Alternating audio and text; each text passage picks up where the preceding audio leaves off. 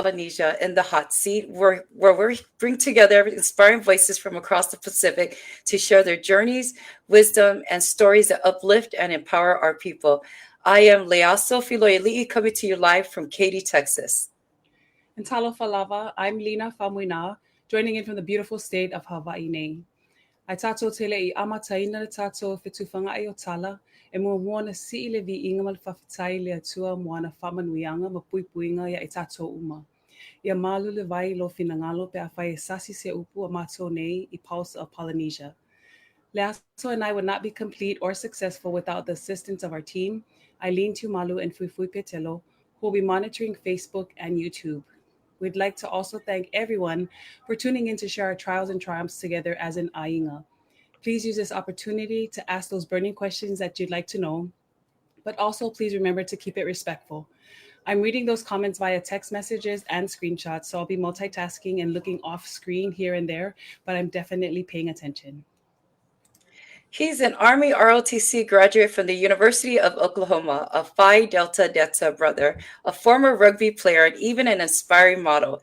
Carrying the Matai title, Tasiaeafe, he honors his family legacies while preserving Samoan heritage through storytelling and cultural outreach. A devoted husband, father, and financial advocate, he tackles Taufa'asau, stereotypes, and racism while excelling in military, business, and leadership. Tonight in the hot seat, we are honored to welcome Tasi Taufa'asau, Arlington. Welcome, Arlington. Welcome to the hot seat. Alofa. Thanks again for the opportunity, especially considering me to join you guys on your podcast. So before we start, you know what? We have a couple of fun facts that I'd like to go through with you. And we've gathered a couple of these listed fun facts that I thought was interesting to start with. So one of them is you graduated from the University of Oklahoma. Your Matai title, graphic art design, is one of your hobbies that you like to do on the side. And also where your name came from. And also the banner that you created for your class of 1992 during your last anniversary that you had with your class. If you want to just start with your, what type of person were you at the University of Oklahoma? So for me, the type of student I was, I started college, I would say a little bit later than a normal folks because I spent the initial 4 years in the military. So after that first 4 years, starting college it wasn't really a culture shock, but it was, you felt a little bit behind. So I had to take a lot of, I would say, remedial courses. And I do remember at one time, one of the professors who said, he said, for all of you guys here, you should be ashamed of being in this class right now. It was a math class. And I remember the next day, about 75% of the working folks dropped out of that class. But I still had the focus.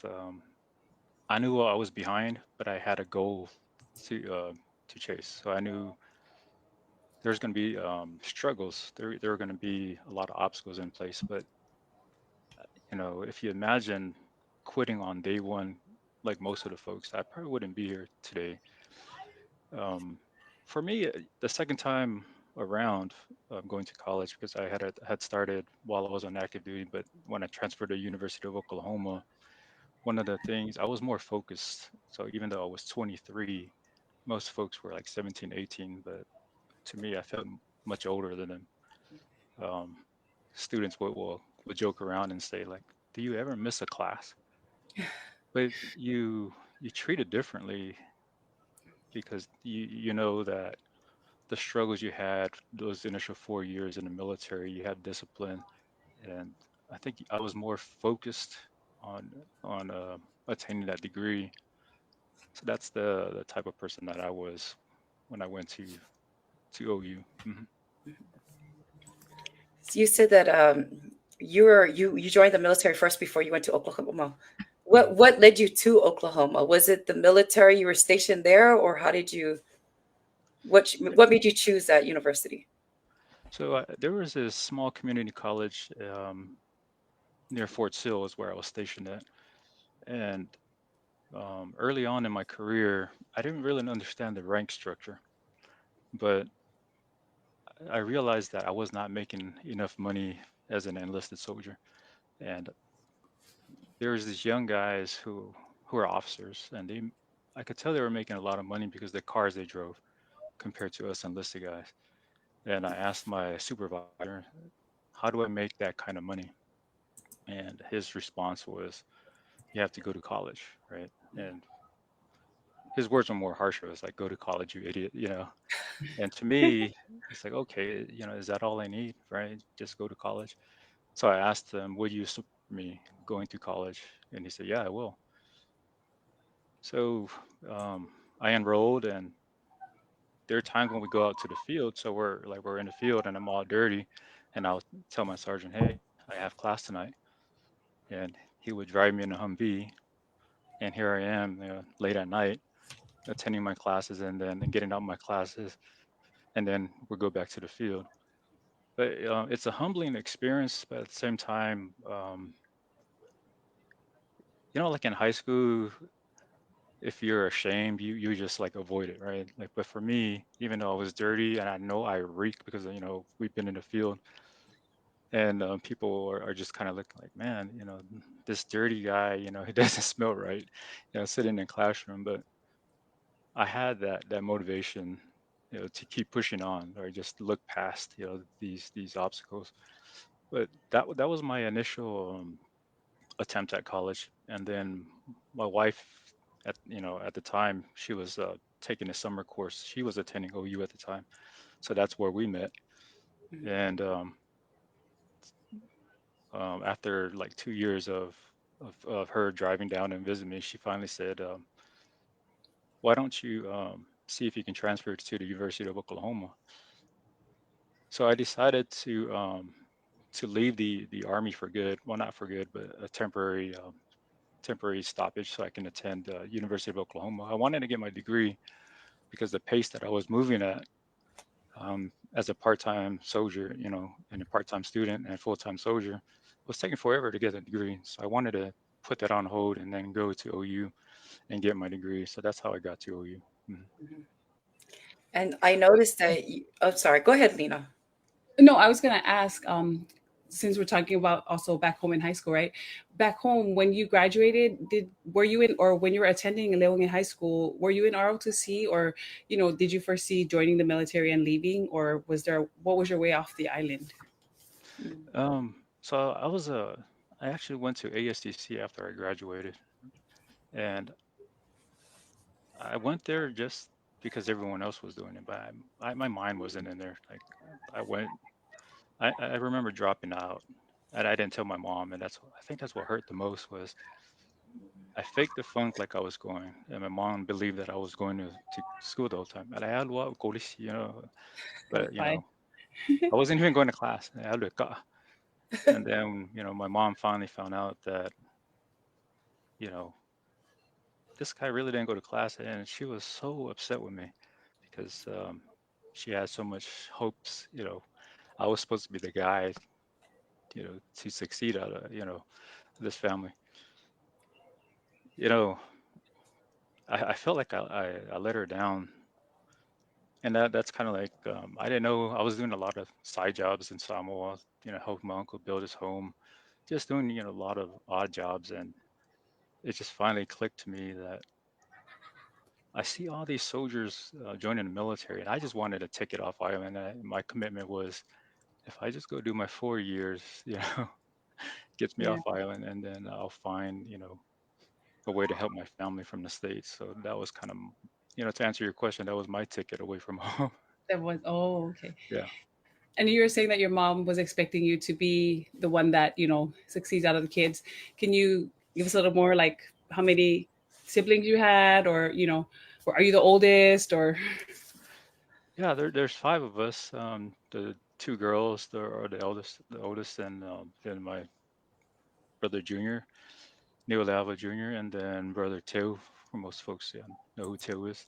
And then I'm the youngest. And I guess like for me, I was sort of sheltered And like even my brothers were our relationships with my brothers were it was so unique that how would I explain this? I wanted to live that, that bad boy life. But my brothers kept me away from what the kids, what the kids we did around Yeah. that time, like drinking and smoking and all that stuff. And they did what big brothers do. Um, so anytime, I don't know if you guys ever been around that circle, it was always questioned. Like very few folks even realized that we were siblings, we were brothers. It was because the protection that they had over me. And there's sometimes when you know, their thing is would say, "That's your brother," like we didn't even know you were related to that guy. Yeah, And I like always can I tell folks, was one of your brothers the DJ at that time, the dedication line? yeah, at KBZ, WV, oh, WVV, yeah, yes, yes. yeah. Yes.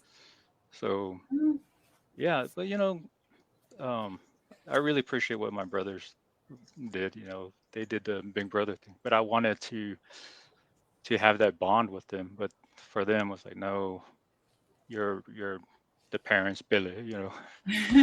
So go to church, go do those things. Alaka longo, look, that was always my fe'aui Samoa. Yeah. Whanonga polo ka me longo vailo kai, then I would go and ka le longo for vailo uko. So that was my job in Samoa. That and taking my dad's tour, for kongai. Yeah. Yes, yes. Need falafel out. Oh, so we have a comment on here. It says, "Thank you for your service.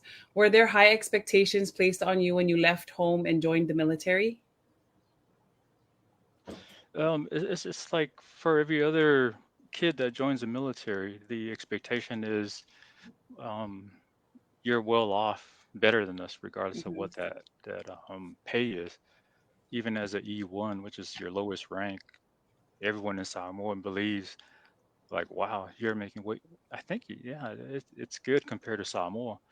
I Mhm. remember when I got my first check, um, my first check in the military, it was $700, and at the time, this, I'm telling you my age. eh, la kue fake kau vanga, they're actually counting out the money to you, so you have $700 in your wallet. But I did what every Samoan kid did. I did allotments to my mom. All my money was like, hey, why do I need money? I'm living in a barracks, Mm. right? Right. They're feeding me in the mess hall. So I didn't know what to do with money at the time. So all my money went back home. And it's just reading her letters, or if I ever got on the phone, it bring um, just joy to hear. You can read it through the letters. Fafkaisha Kamba. So look, Mhm. of someone post office, you know, Mm. and just tell them what she bought, Oh. or surprising dad. All of a sudden she shows up at home with all the groceries, and that was that was what brought joy to them. And knowing that you were the provider, and I think a lot of Samoan kids have felt the same. I know a lot of my classmates from Leonia who were doing the same thing, because when we gathered, you know, we would borrow money from each other, and I'll say, what's going on? And they'll say, I'm kind of short. Most of my money's going home. And then, if I'm short, it was the same thing. So I think that's something that's great about Samoan kids that join the military, is they never forget about their ones back home. Yeah. And I know, Arlington, you met some of your classmates and some of our people in the military when you were serving. Yeah. How was that for you, besides all the partying and stuff? um, like one of my greatest friends, he's a Faife'au now from Amangave. His name is Leafe Amosa. Mm. Um, Very good friend of mine. Like we met like in biology, I think. It was either Mary Varghese class or, yeah, such a bright kid. Um, when he joined the military, it was kind of shocked to me because I never envisioned him being a military guy. Yeah, he was. You know how those smart kids are. You just look at them. Oh, he's gonna go to college. He's Yes. gonna, be very prosperous. But when I heard he joined the military, it kind of threw me off, and I never had a chance to say bye to him. And then when I joined the military, I ended up being stationed where he was, and some Palangi guy that was in my class told him, "Hey, there's this other Samoan guy, you know, who just came from basic training." And he said, "What's the last name?" And then the guy said, "Tasi." He said, "No way." And then said first name. He said, "Arlington." So Leafe shows up, and I think it was like 2 years later since Leafe joined the military. Leafe, when I last seen Leafe, he was like a real skinny kid. And then Leafe shows up, and then someone says, "Hey, it's some guy that's outside wants to talk to you."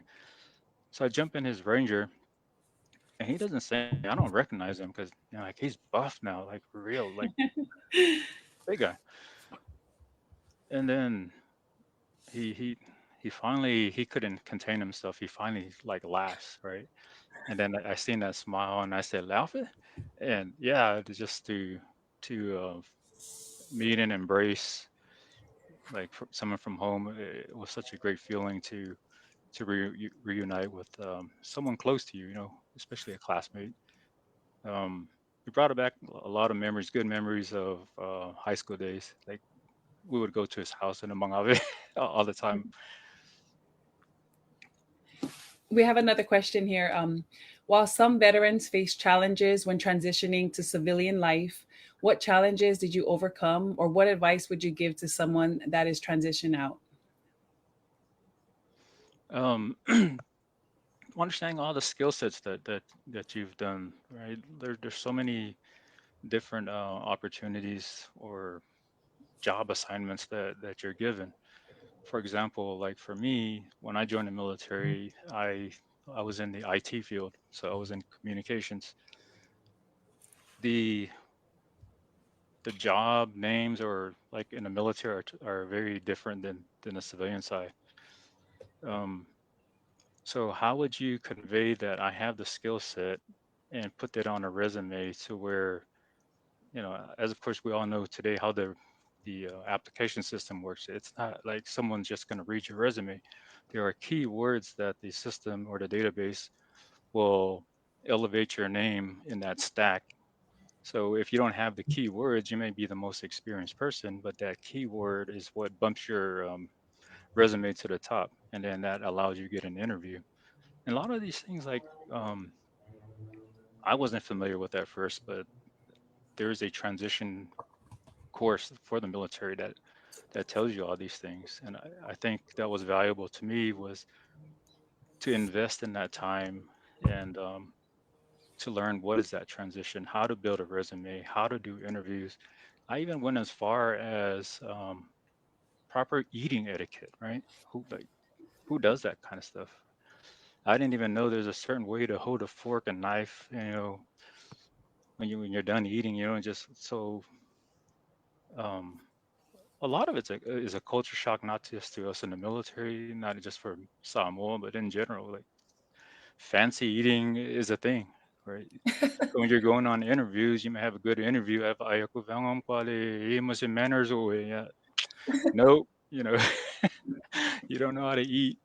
I don't know if I can get into a sidebar, but military folks, GI Bill is one of those things I would highly recommend um, pursuing. Get as much education and certifications as you can get as you transition into civilian life.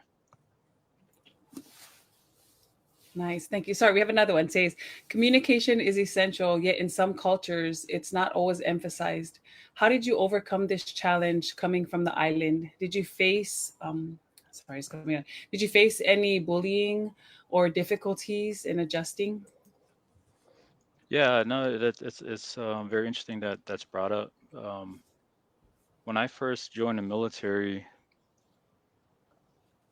they used to look at Samoans as I don't know if they thought of us as we were stupid, like just dumb. They thought you guys have strength and like you guys are very strong people, but like not good leaders. And that was the stigma that we faced when we first got here. And I remember going through basic training. They would cycle through these leaderships, and I remember asking. I was tired because they kept replacing these folks, right? They were terrible at leading.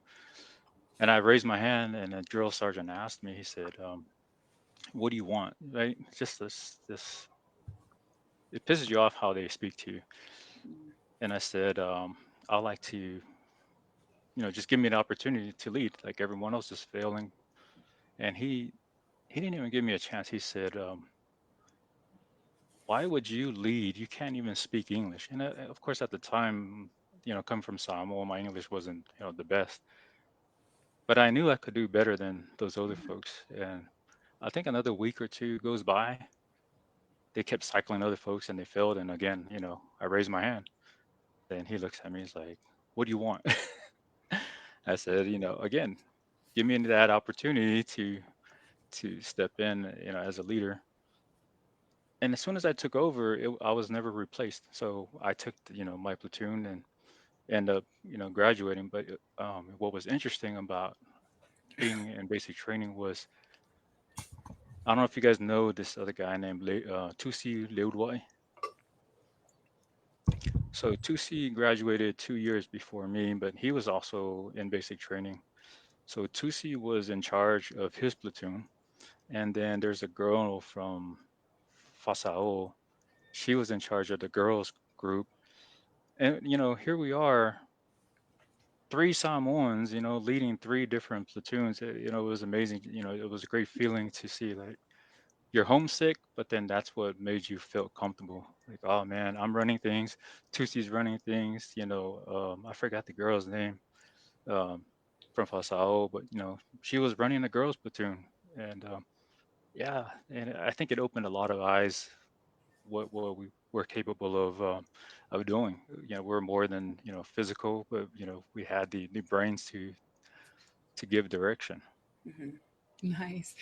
So, sorry, another comment. So, wow, I'm glad you touched on that. There's often a stereotype that Samoans are solely focused on physical strength and that we lack intellectual depth or ambition.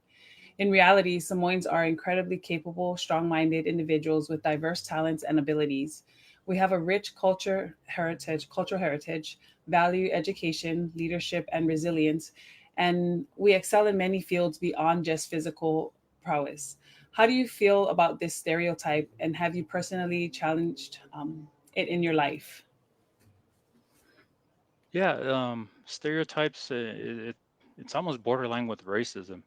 And when you confront people about stereotypes and racism, the first thing they say is, "Oh, you're so sensitive," right? Like for me, I usually question people who throw like even the slightest stereotypes, right? I I throw it back at them, and what I always get from them is they say, "Why you guys Islanders are always combative, right? Why are you combative?" And you get tired of being stereotyped. uh, You hear it all the time, but it's fun to throw around stereotypes. But when you confront them about it, all of a sudden you're the problem, right? Right, So you're always trying to how do you phrase this? They're pushing you because they want you to react, right? They want you to Yeah. get physical because that's your temperament, Mhm. right? 法律为啥么兵役 hmm. you're always fighting. It's what we do. We are violent folks, yeah, but um like even in college, I remember it was one of my calculus classes. Um, they were Colombian students behind me, and they really couldn't speak English, and so they were conversing in the back because they couldn't really understand the instructor, teaching the material. But she would always get onto them for, collaborating in their language. So there's a lot of but stereotypes, like even in a military, it exists. It exists in every workforce. I kind of almost feels like not just within our workforce, but also at home as well. So, and I'm going to touch base on that later, but I wanted to ask you in regards to college, right? How are you able to be in the Phi Delta Theta club, in the sorority, and at the same time play rugby? How are you able to manage all that? It's not easy to be in that sorority. Um, for me, like when I first started college, like I said, I was very focused. I'm an older student, and I knew that the military will cut off my funds, so because I was Mhm. using a GI Bill, so I was very serious. But I was never a bookworm. I was always an outgoing type person. I got bored, and I wanted to do something other than studying. My grades were great, I was like 4.0 my first two semesters, Wow. but I was bored. That was not me. I'm not a bookworm. But it felt great to, like, my wife would always brag about it to, like, her colleagues, like, you know my boyfriend, he's a 4.0 student, and to me I was like, man, 4.0 in college, how am I doing this? But I was bored, like, and I told my wife at the time, I need to do something or I'm not going to survive Mhm. college. So I joined a fraternity, and the reason why I joined a fraternity, I was very active. I loved doing intramural sports, whether it was volleyball or football. I played all those sports, and I played like for different fraternities, and I played for the ROTC team. And when that was done, and then I heard about this rugby team, and they would travel, like they would play New Zealand and they would go to England. So yeah, our rugby coach at OU I think he was the first U.S. men's rugby coach. Oh, wow. So yeah, um, yeah, I don't know. In Samoa, like, you always play sports in the evenings, right? And then you go play and play and play. It's Mhm. not like there wasn't AAU to us back in Samoa, right? I No. think Yeah. that was our AAU, right? The Yeah. evening sports. Yeah. Like fag saka ka mo air lakapi. We have a comment on here, a question. What is one life lesson you wish you had learned earlier in life? And how do you think it would have impacted your journey? Yeah, it was one of the things that it touched me in the heart right now is, you know, the fasamo. And it's the trade-off of what you're pursuing. So your parents send you away from home to bring some income and bring some support to help stabilize the family back home. So for me, that's what I was taught. Go do something, go do well, help build the wealth of our family back home.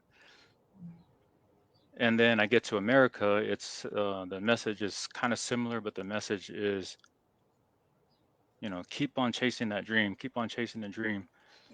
And when I end up chasing money so bad to where I made so much that I didn't even know what to do with it. Like, I didn't, there was no happiness, but I knew how to make money, and I was making so much money that I could ever imagine that. And I know it's hard to believe that you can say, like, I don't know what to do with money, but um, to me, as much as I made, it didn't feel like it was enough to take care of the family because falavelavas are just so excessive. And the more I made, the more my dad asked for money, right? And at the time, I didn't really question my dad. I just like gave. I just gave and gave, but it was frustrating, right? And the more he asked for money, the more it pushed me away from the culture. So my dad, as he got older in age, he would give me all his books, Kusi Farpinga, Kusi Fangu, everything. And I just said, Dad, like, why would I want to go down that road like, where you're at? It just seems like it's miserable. Um, I hated that he planned out of my pocket, right? I hated that every time he's seen how much I made, and it just felt like he can easily answer, like, oh, my son's got it. But he wouldn't say my son's got it. He said, oh, yeah, I got it. But to me, that was he was answering out of my income, right? And early on, when you're single, it doesn't really bother you. But then when you have your own family, at some point, priorities shift. Like, and me and Dad used to have arguments. Like, Dad, have you ever asked, you know, what is my financial situation with my family? Well, 매우 꼭 공유비리. But those are the lessons that I learned, which differentiates my way of leading versus how my dad when he led. And the message I'm promoting to my family today is, let's get rid of the excessiveness, right? Like, how can we, I don't like this random $1,000, right? Random. And I'm kind of getting off subject, but if I had to do it differently, right now, I have a different view now. I have a different view on our culture. Um, I see what my dad was like. I embrace the Fasamoa now more than I did initially when I was frustrated with my dad. And now I give more today than I ever did. And I give more freely for Falablaves, whether it's my mom's side, whether it was my dad's side, and the extended side. And I think it's important that, um, if I could do things differently, I probably would have listened to dad more. And um, when my dad was young, he was a wealth of knowledge with all the Fasamoa. He tried to share that wisdom with me. He wanted to give that to me.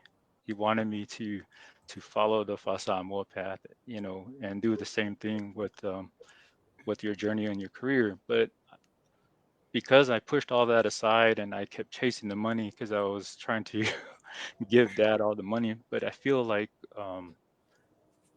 I am rich in the Palangis culture. I'm rich in financially in the Palangi ways, but I'm very, very poor in the Fasamu, you know, and that So, if I had to do Arlington, it all over.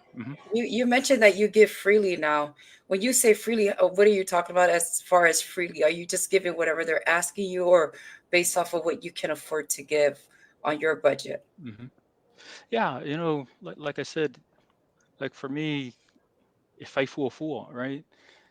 Um, I'll just give you an example. Like my two families that we've had like 4 or 5 Falablavas on each side, but y- like how my dad used to do it was, these 5 Falablavas, right, would occur. My dad will have the same amount regardless. So if it's afe, afe, lima Falablava, lima afe. To me, I'm not, I'm not gonna give 5,000, right?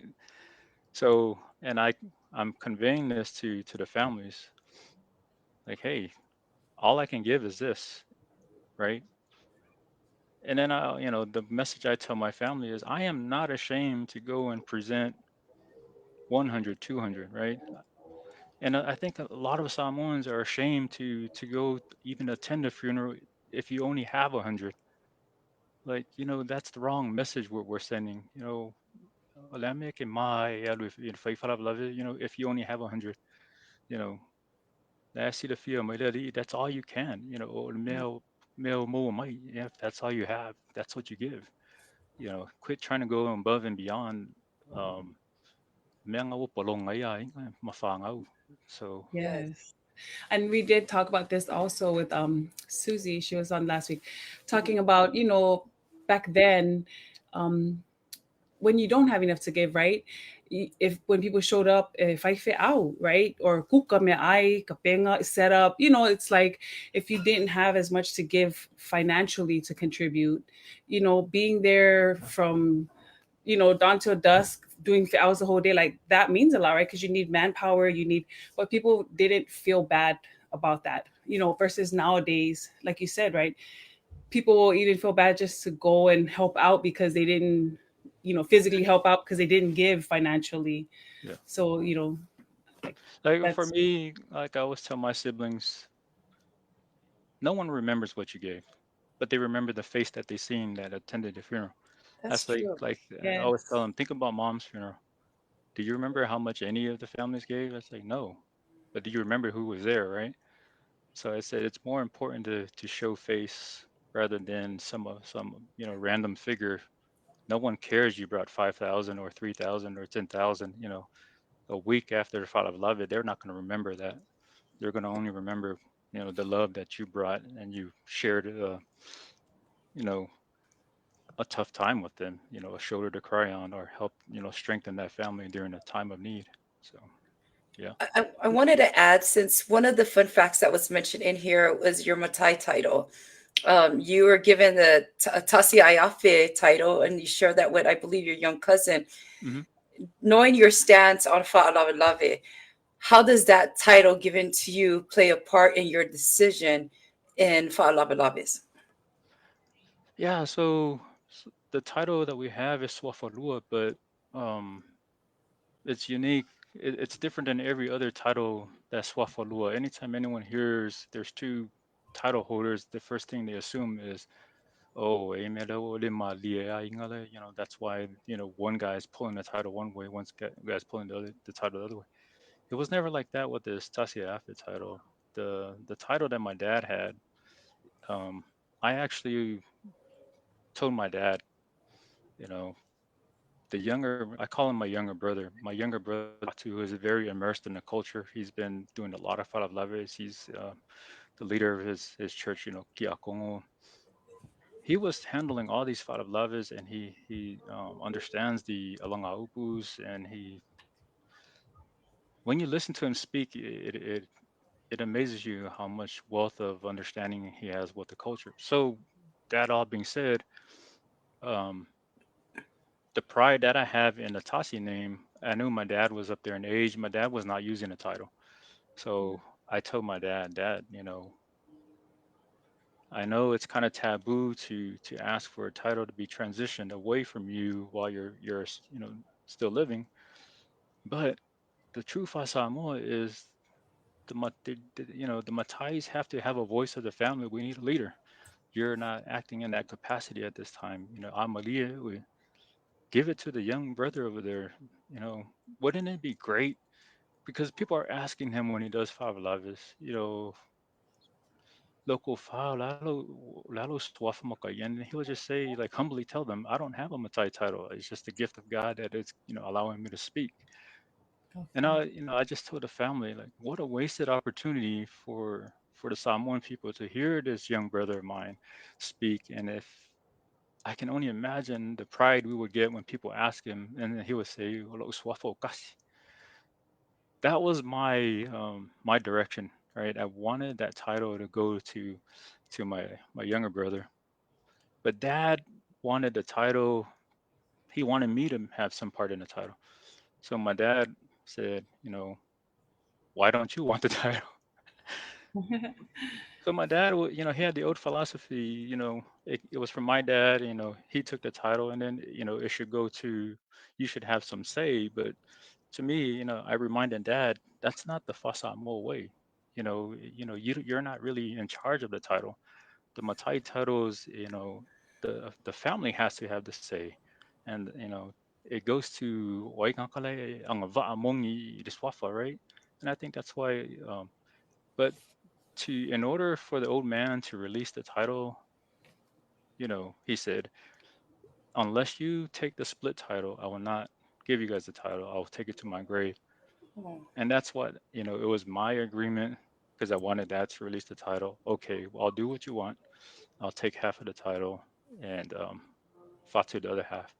And that's where we're at today, So to honor dad's wishes, and the old man's happy that I have a say in the title.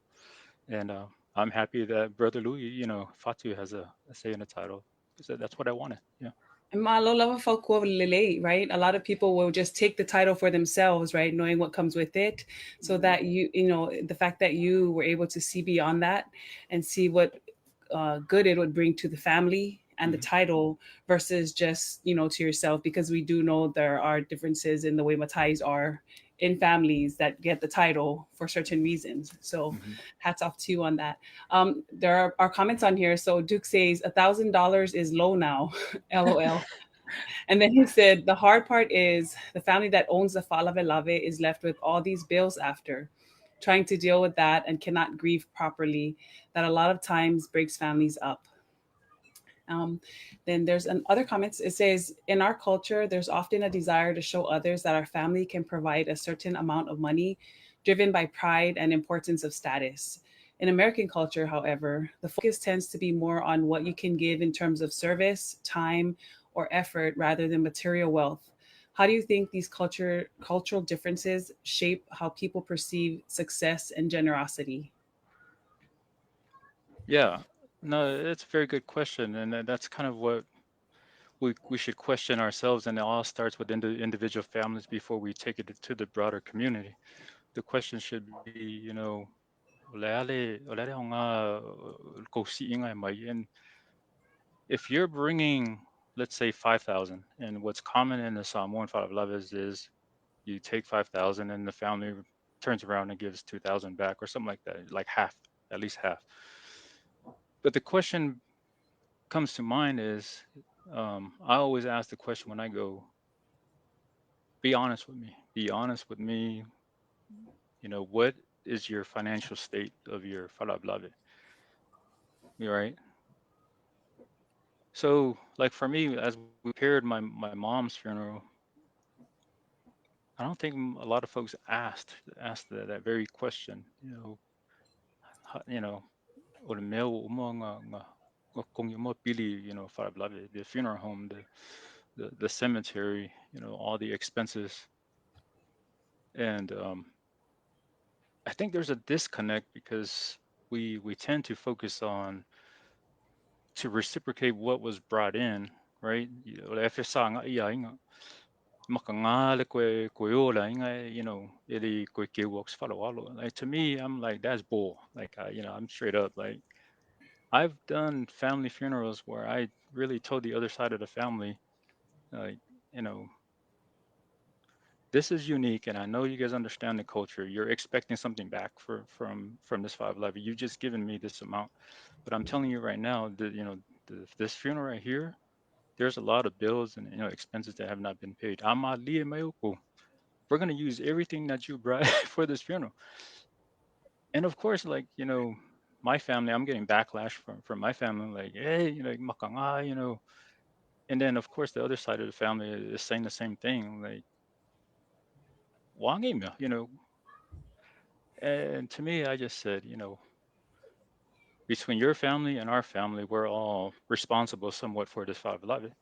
I'm telling you right now, there's bills that need to be paid, and I'm not going to like be the burden of this 511 on my own. So there's money on the table that you brought. There's money that we brought.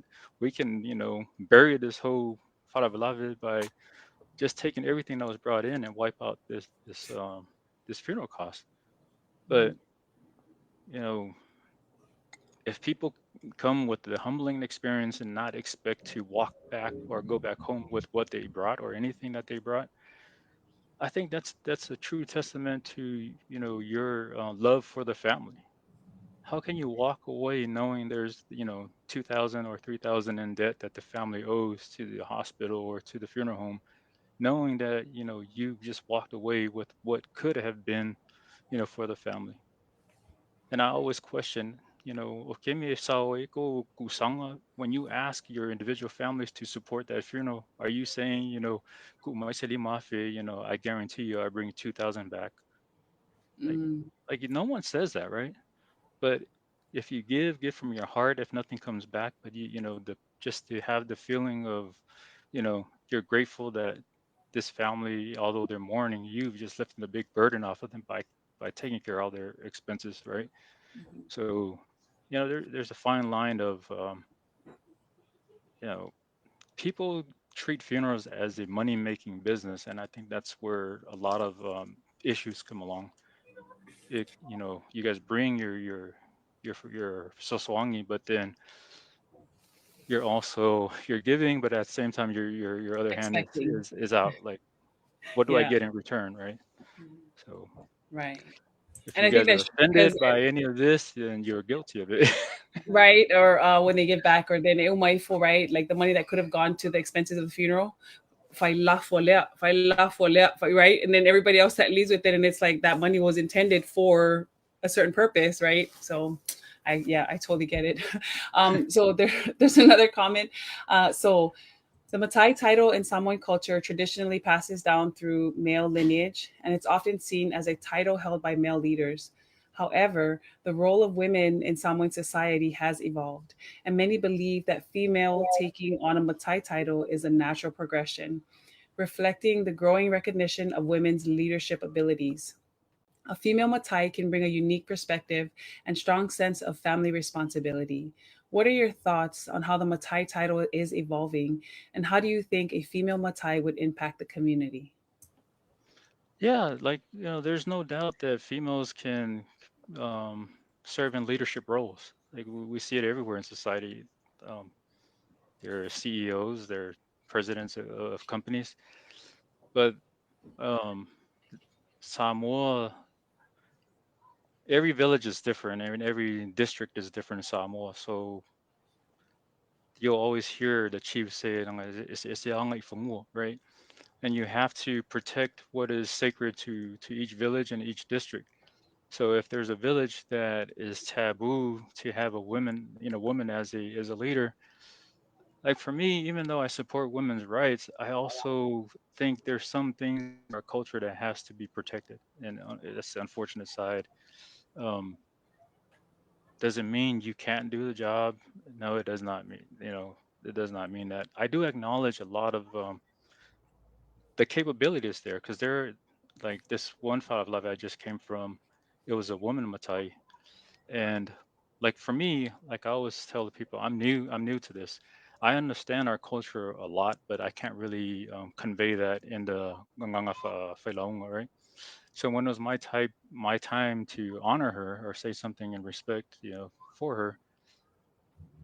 So I was trying to convey my thoughts, in the Matai language, and I just said, please excuse me, like we all speak English here as well, but I really respect, and I'm talking to the female Makai. It's like I am very, very, honored to listen to what you speak. The way you had, every family that brought in their CEs, you just were able to deliver the message of gratitude and thanking them. And in front of there was no other female Makai. There's just one female Makai, and she was the lead Makai, right? Including myself. I'm sitting there like she's more wiser than me, and I just shared with her an analogy that one of our Alanga Upu says, waka fia whare lili fua, right? But so I said, I made an analogy to her that the pride that I felt from listening to her and the way she delivered in, you know, for the Five Love, it made me feel so pride that I wanted to be part of her family, to be under her leadership, right? And she really like had a good laugh of it because, and then she shared with me. She said, "Ole whainga ka, it's a male dominant, system." And I just encourage her. It's like I don't know how you do it, but the sense of pride that I have, and I really support you. I don't know what the means is to change, like village protocols. It's hard. It's so hard to get. I think Vailoa is not like that. Like our village in Vailoa, I remember asking my aunt one time, because she's so knowledgeable, my dad's sister, she's so very knowledgeable in Fasamoa. I say, why don't you go do a Matai taro? And she says, oh, Lenga, if Vailoa doesn't honor that. And I said, wow, what a wasted opportunity, right? So my auntie spends so much time trying to provide me her wisdom, and she gets frustrated with me because there's a lot of times she's struggling trying to get me to grasp this. But I'm very grateful to have someone like that, right? To teach me. And I always tell her, you know what, you have a lot of wisdom with you, and I wish that you had been a Matai because man, you sure could lead. Yeah. Lena, was there something you had? Sorry, there's in society today, we work nonstop and feel like we have nothing left to give. How do you maintain a positive mindset and continue to find joy in the process or journey? Yeah, like everything we do. I think if you start your day in prayer, right, get your mindset right, there's always going to be negative thoughts or the enemy's attack on you just from the get-go, the minute you wake up. I think for me, what I've learned in life was if you start with God, and there's times you forget, and your temptation is there, and you're frustrated or you're exhausted. I think God still finds time to remind you, like, settle down, son, or calm down, or step away, right? You're stressed. Don't don't retaliate, through anger when things don't go your way. If people disagree with you, um, just be calm, right? Be calm. And for me, I've always looked at my wife and daughter as there's so much for you to lose. And I look at the home I own, the cars, that I own. I can lose it within, that one emotional decision that I make. When I was young, I would always turn to anger.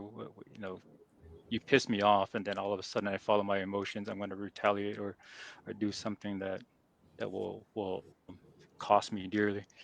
But I think as we grow up, you have to put something that is so treasured to yourself, that put that in the forefront, that the decisions you make, whether, there's always a saying, choose the hard right over the easy wrong. So if you follow that and always, like, family, like, even like the driving course, they say put your family photo in front, like, before you drive, put it on your dash, because it tells you not to speed and not to road rage, because you might not make it back home. But I think you follow the same concept. Like, for me, it's always in my mind. um, if I want to quit on a job, if I want to, like, make that decision that's going to cost my family, I can lose all that in an instant. So that's what drives me, and helps me during my stressful times. I wanted to ask a question in regards to your name, right? We talked about Matai and stuff. Where did your name come from? And um, I was wondering if it had to do with Arlington in Texas, but it probably isn't. No, so the story is, like, my dad tells a story of how he changed his life around. So when in his younger youthful age days, he was like, drank a lot and was a troublemaker, always starting fights. And he had a dream one night, and, like, God reached into his, like, his brain, and just kind of, like, pulled his brain out. And it was a to him, that was the vision of for him to turn his life around, turn away from all the sin. So he started attending. It was called. We were living in Hayward, California at the time, and dad and mom were, Hayward Community Church, right? Arlington Community Church in the city of Hayward. So when I was born, um, that's where my dad dedicated his life to Christ, and um, he named me after Arlington Community Church, which was interesting because, like, when me and Taylor were the youngest, we only knew dad as the good person. We didn't see any of his dark side. That My older siblings tell stories of dad's prior life, prior to accepting Christ. Um, Dad was always ashamed of his tattoos, right? Like, he's got tattoos. Um, when we got tattoos, he was frustrated, like, um, because he had turned to Christ and he did everything for keep his kids in line. He wanted us to be in the righteous path, but I think we all learn at some point. Um, Going back to the culture when you were talking about it, so your daughter, she embraces both her Samoan and Native American cultures. How do you ensure that she stays connected to both sides? Yeah, like, I think my wife is kind of like how I am. My wife does a lot of participation in their Native American cultures, Comanche and Osage, and I make sure that they find time to attend all their powwows and stuff like that. And the same thing on our side. from a young age, I always took my daughters to Arafalaves. And I always told her, like, you're gonna get yelled at, but don't worry. Like over time, you'll know. And I always tell her, oh, or get out there. You see what those girls are doing? Grab the yoko. And then her aunties would laugh, right? Kalau fusking in kia, like, you know.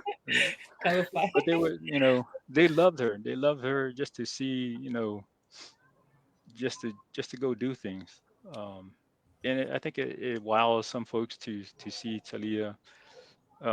There's events, and if her grandfather's there, she knows to go and get his plate. Just the things we do.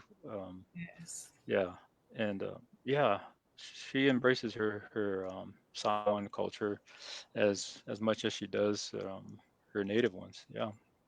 Do you see some kind of similarities between their culture and ours? Yeah, there's a lot of the chiefdoms are a little bit different. Um, let's see, the way they respect like the elders. So there's a lot of that. They're very protective of their own individual tribes. It's how we are. Like their tribes are kind of like villages, to us in Samoa, and they're very protective from outsiders. But I think they do a great job in cultural preservation, language preservation. Um, yeah, there's a lot of similarities in both sides. Yeah. We have a question on here that asks, how many tattoos do you have? And is there one in particular that holds a special meaning for you? Let's see. So like I don't know. You always have these kinds, right? These are young high school, right? And then I got my sleeve done back in 2012. The one Did that you? I'm working on is I'm supposed to get my like sometime this year. So if there's none that I have now or that meaningful, I think the next one that I'm waiting for is the one that would be have a lot of meaning to myself, I guess. Mm. I wanted to ask on a side question with another fun fact. You were an inspiring model. Tell us about that. Yeah, I'm not sure how we stumbled on this. There was a agency that was rolling through Oklahoma. Oh, I remember now. So in college, I was trying to make money, and um, through the arts class I was taking, they had a way to make money. So you would go and pose as the students will just kind of like Titanic. They're drawing. You're still away, but I think there was a flyer there that said you can make so much money, like millions of dollars, through Model Search America, right? It's called Model Search America. Uh-huh. So they go through each city or state, and they're looking for commercial models or magazine models, and to me, it's like, oh, okay, I think I look good. Let me just give it a chance. So I went to the one in Oklahoma, and this like auditorium was packed, and the guy is going through. He's like, no, no, no, and then all of a sudden, the guy's like, you, right? And I just look to my wife. I was like, the guy thinks that I might have a chance. So I made it past Oklahoma. I think there's 20 of us that made it to the regional down in Dallas. So we go down in Dallas, and um, they tell you send a headshot and a full length shot. Mhm. And then I get down there, man. I've never done this before, but they have what I don't know what's it called, the catwalk or walkway, right? Like the T, like so you walk like everyone goes through and you're walking through, and as you're done, you hear them like in the front are all these modeling agencies, just kind of like how you see on TV. There's like 50 modeling agencies looking to pick up their next, models. And they said, okay, listen closely to your number. And as I was sitting, I heard my number call, being called, and me and my wife were like, "Oh wow, we got one," and we're just like all happy. And then all of a sudden, my name gets called from another modeling agency, They're like, two. It's like, oh man, they're all excited. And then we kind of look around. People are like looking at us like they're irritated because they don't even have one, right? And then the third one, that's like, looking at my wife. It's like, damn, I want to share my excitement, but people are pissed off because they don't even have one, right? And then the fourth one, but what ingo ingo mga kaya? Like, really, you got four, we're still sitting at zero. And then the fifth one came up, and then um, it's like telling my wife, "Do you really think I'm that good looking?" And she's like, "I don't know what they see in you, but I guess these modeling Oscar. agencies, yeah." But that's my story of aspiring models trying to make millions through these agencies. Come fine. So, as you've taken your journey in our culture, right? As you said, you getting the title from the family, Ainga, and reading through books, and you're actually doing your research, right? You also have a fountain of knowledge in your father, right? He's 82, I think you said. Yeah. And I'm sure you've captured the differences between reading it and all these books, right, versus the stories that you hear from your father, right? So as you capture the history from your father, like what's one of the most inspiring or emotional stories that you've learned from your father? Yeah, like my dad was raised by his grandfather, which was Lopa Ngu. And the story goes, how did you guys arrive? How did the Lopa name come into existence, right? Um, and he has a lot of pride in how this came about. And the story goes, I think it was Malia Toa comes to Vailoa, because there's some relations, and he's looking for warriors. And if I can remember correctly, um, either there was a war in Opolu, or Malia is trying to take a fight to Kuimangua. So um, he picks up Sakele, from Vailoa, and he says, "I need an orator, right, to join us." So Sakele takes, Lopa at the time. He didn't have the name at the time, and they go to Whangaikua. Whangaikua is where Le'iako is at, and of course everyone knows Le'iako is like the biggest name in Kukuila. So I think they were supposed to join Le'iako and then go to Mangua. So they make their journey to Whangaikua, and they're taking some boat, I'm assuming, and they make it in such an impressive time. So they get to Le'iako, and Le'iako says, to Sakele, you know, to the effect like, "Wow, I'm very impressive how quick you guys got here from Bailoa. Ole ale ala lang ngalua wima ye." And then he says, ole ava I lopa. So, ava is like, in the ocean. So Mhm. what pathway did they take? And they took the Lopa passage. And then that's how the Yako pretty much give him the name Oloingoa, or Ava Ilopa. Ava Ilopa. So, and there's different tellings of the story, but that's kind of one that stands out. And what the reason why it's unique to me is it's a story that's been passed down by our Lopa family. And when you hear stories like that, sometimes you question any truthfulness, right? There's always a skepticism that follows tales from your family. But um, I came across one book that was taught at ASCC, and then it was very similar. It captures the Lopa story, and just to say like, wow, like how does this old man retain all this knowledge, right? And things that you question whether or not it's legit, but it's also captured by someone who put it in this, you published it for ASCC to teach, Samoa history. So yeah, there's a lot of things that the old man shared, dear to our family. I would go and research it, and one of them, like I can't really share it here, but I found the truth through looking at AS, what is it called? American Samoa Bar Association, and it has the whole history of this event. That my dad told me about. That it just seems untrue to even believe how he told it. But I found it in the American Samoa Bar Association, and from there I started to believe in the old man when he tells his stories. Yeah.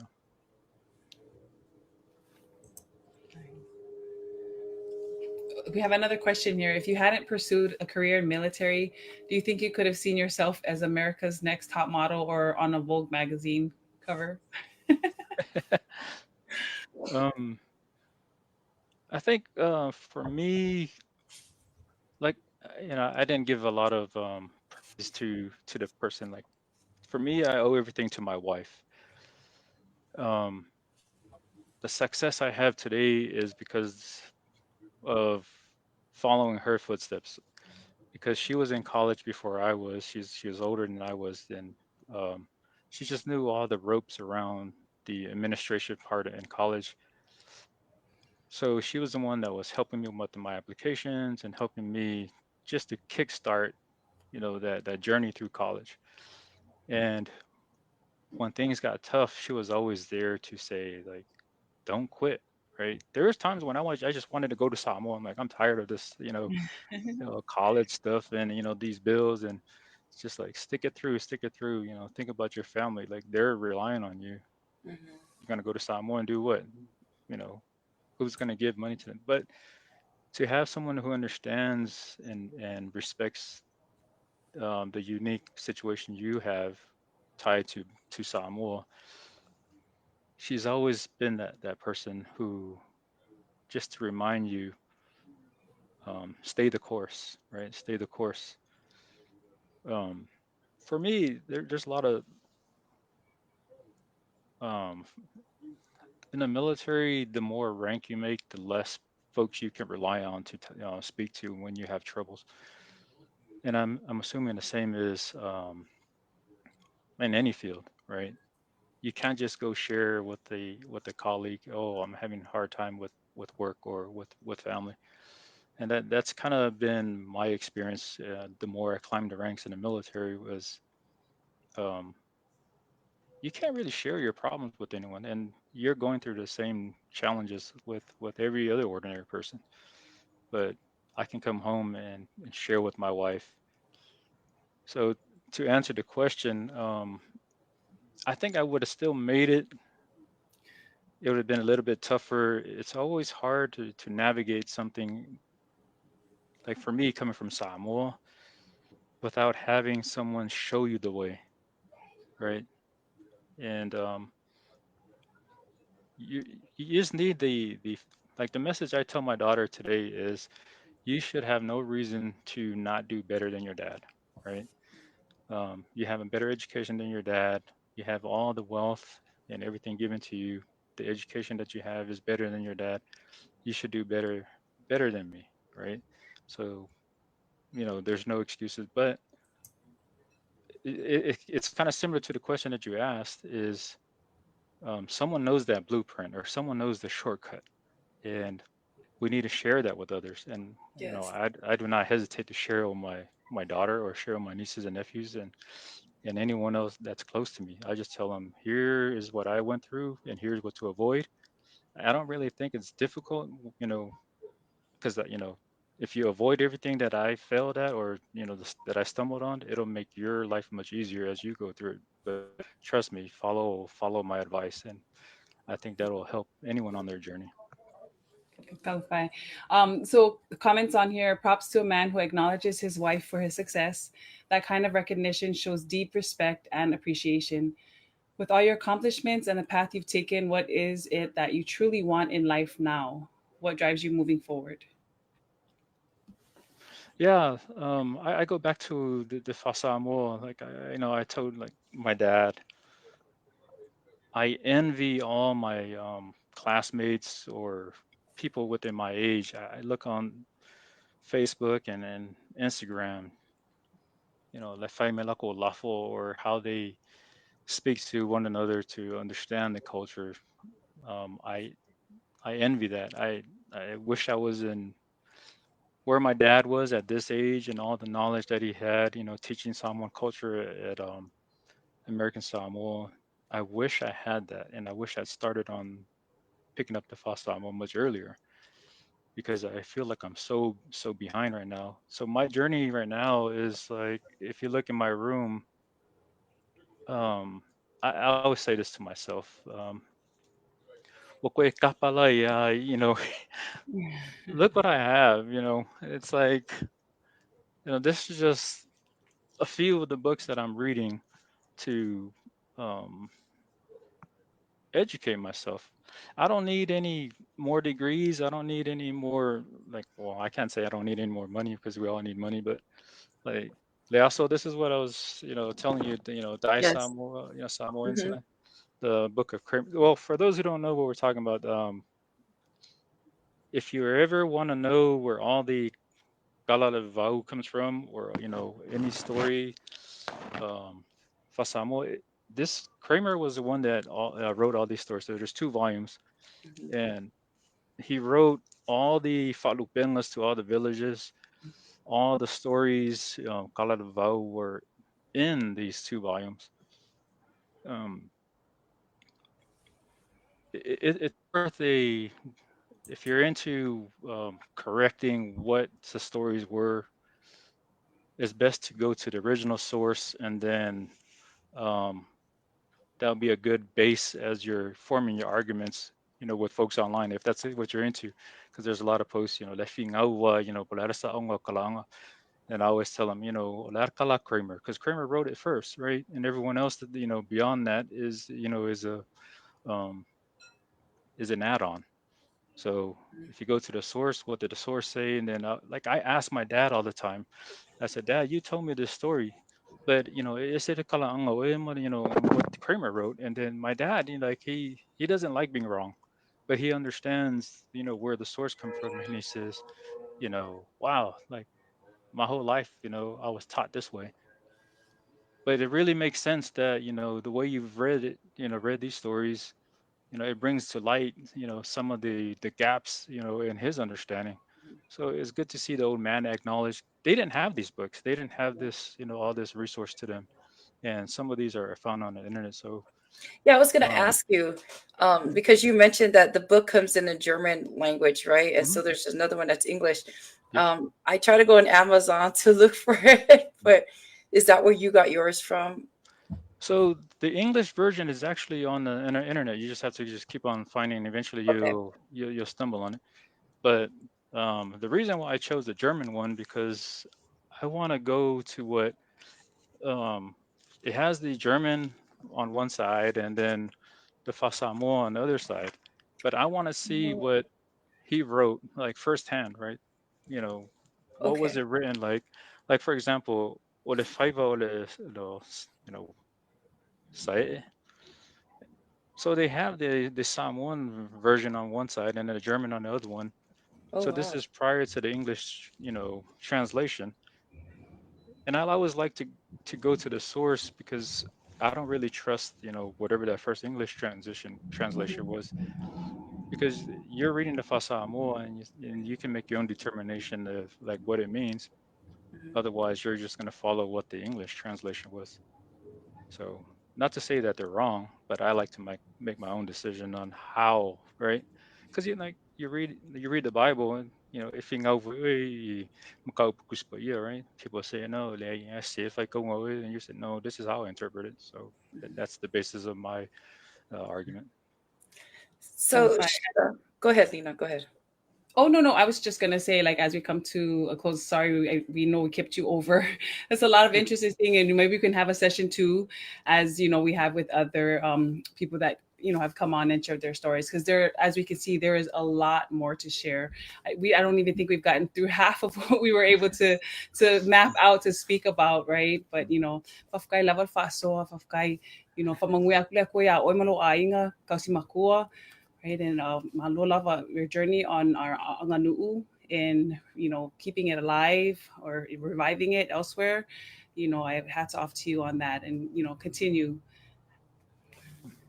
So we have another question here before we start to end, and I wanted to touch base with the high school part of it, right?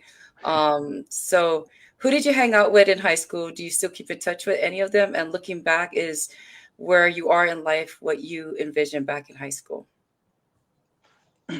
Yeah, like I said, I'm from Vailoa, so of course, for the most part, I hung out with the Vailoa boys. But for me, um, like a lot of the peers, like I extend my friendship to like you know how Vailoa and Leonge were always like against each other, but I didn't have that friction between them. So I was probably one of the rare Vailoa guys that can be down in Songi, right? And then the Songi boys will correct the young boys because the young boys would know I'm from Vailoa and they would say, start some trouble. But the Songi boys would say, hey, like leave him alone, right? But that's kind of the respect that we had in high school. Um, People that I hung out with are like, of course, I mentioned Lafe. Ray Mayava from Leongi was a very, very close friend of mine. I still keep in touch with them today. Between Ray and Laffy, we were always the, we've been like the trio, like because of our military careers um, have been mirrored. Like I would always go to Fort Hood to see Laffy, whether it was Georgia, and then Ray was always at Fort Sill. So me and Ray, it seems like have always been together. Duke says, Ali, give your dad my love. He had a huge impact on my life. Love that man, and God bless you. Okay, I got one more last question, which Thank is a you. very interesting one because I saw it on one of the outlines. Tell me about the UFO experience. Oh yeah, okay. Yeah, so like I mentioned earlier, my wife is Native American, and when I first met my wife, um, they would always, I would come home and the grandmother would say, UFOs were following me, and then it, UFOs in the Native American culture are, it's just like normal talk. They're used to seeing it, and to me, UFOs to me was what I seen on Unsolved Mysteries. So one night, me and my wife are returning movies, and this is back in the '90s at kind of like in Fort Sill area, and we're coming back. So where my wife and them live at are in the country, so very dark. And as we're pulling back in the driveway, there's a red dot in the sky, and then another red dot in the sky, and in the country it's like just pitch dark. And then my wife says UFOs, and mind you, they were talking, they talk UFOs all the time, and I'm looking. Before you know it, it's like let's just imagine it's like 5 miles, but it's in the air. So one light, another light. They're only like it's like Knight Rider, right? Only like series Yeah. of lights in a distance and hovering in the sky. And then she gets out and she runs in the house and getting her family. You know, me not knowing and not believing in UFOs, I'm curious and I'm standing outside in the car and I'm looking in the sky.